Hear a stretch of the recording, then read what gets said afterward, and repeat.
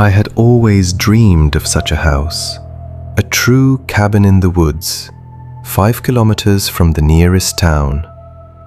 Wooden walls, panoramic windows, an old fireplace.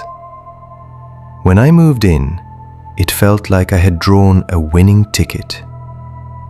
In the office, I was always under the pressure of deadlines, bosses, and the noise of the subway. But here, only I and my dissertation remained. The first days were like in a movie. I rose with the sun, brewed tea in a large clay mug, and stepped out onto the porch. The forest breathed tranquility.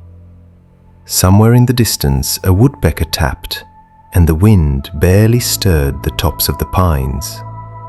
I even developed a habit of writing my thoughts in a notebook. "Today, I am truly free," I wrote on the 7th day. The house was so cozy that I didn't even lock the front door at night. There wasn't a soul here, only foxes and squirrels. I lived in my own little world where every hour was predictable. The first thing that unsettled me was the silence. On the 10th day, it became wrong. That evening, the forest froze, as if every living thing had held its breath. I was sitting in the living room reading a book, when suddenly I heard a sound like someone dragging a chair across the floor. The grinding noise was so loud that I shuddered.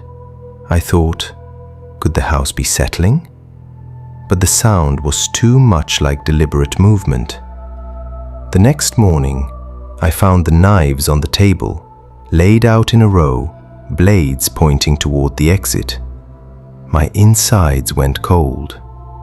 I convinced myself I had simply gone insane from exhaustion. Later, I started finding things in the wrong places, and reflections in the mirrors began to lag. I stopped leaving the house, and the forest outside began to look like clawed, crooked fingers. At night, I went to lock the door, but the handle was warm and damp.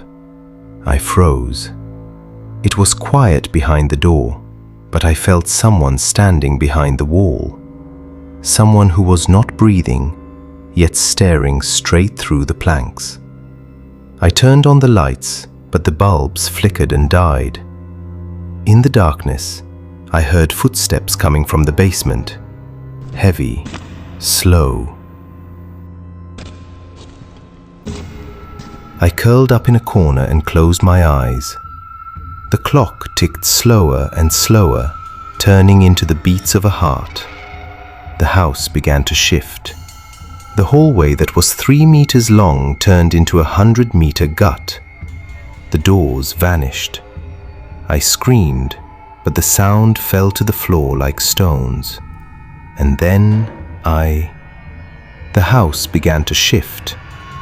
The hallway that was 3 meters long turned into a 100-meter gut. The doors vanished. I screamed, but the sound fell to the floor like stones. And then I saw it. Tall, thin like smoke, faceless, with a vertical crack instead of eyes.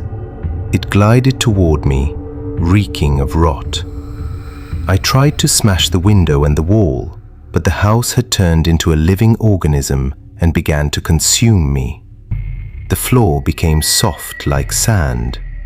The last thing I remember, pale fingers on my shoulders. I didn't wake up. The mailman found the house empty.